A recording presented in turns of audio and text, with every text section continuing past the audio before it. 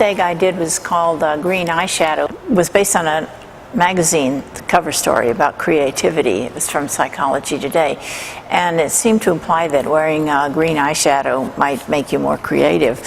And I now have another magazine article cover story on creativity. It's a Newsweek, and they are taking a different approach entirely. In fact, they say that the worst creativity programs try to have you do something that seems crazy or out of line for you. And I thought that I'd talk a little bit about that concept using the work of a project that we just finished at Crown Point with a husband and wife team called Mama Andersson and Jockum Nordstrom. They actually are very accomplished artists on their own, but in this case, and it's a rare one, they did work together on the same plates. So the thing that Newsweek, one of the titles in there was Forget Brainstorming. You can see that.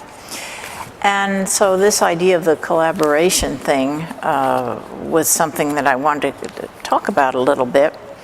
The recommendation in this magazine is that what you need to do in order to do what they call understand the science of innovation, is what they call it, is to start by getting good at something.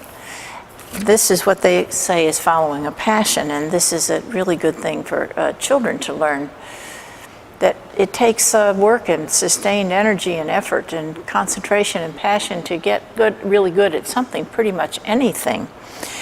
And then at that point you have the tools for creativity, and your left side of your brain, which is verbal, and your right side of your brain, which is nonverbal, work together. And the right can be just fooling around and jabbering and talking, but there's actually a creative problem that's sitting there. And it's actually the left that's fooling around.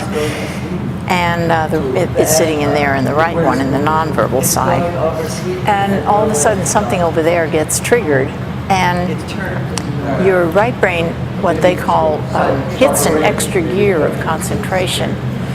And then you just forget everything else. The chatter is still maybe going on around you, but you have this super energy, and the idea develops as you're working. And this is very pleasurable.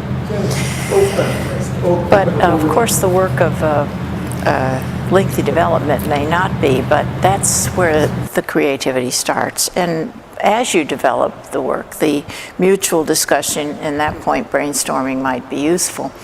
So the point really here is that creativity is a lot more complicated than it's made out to be often.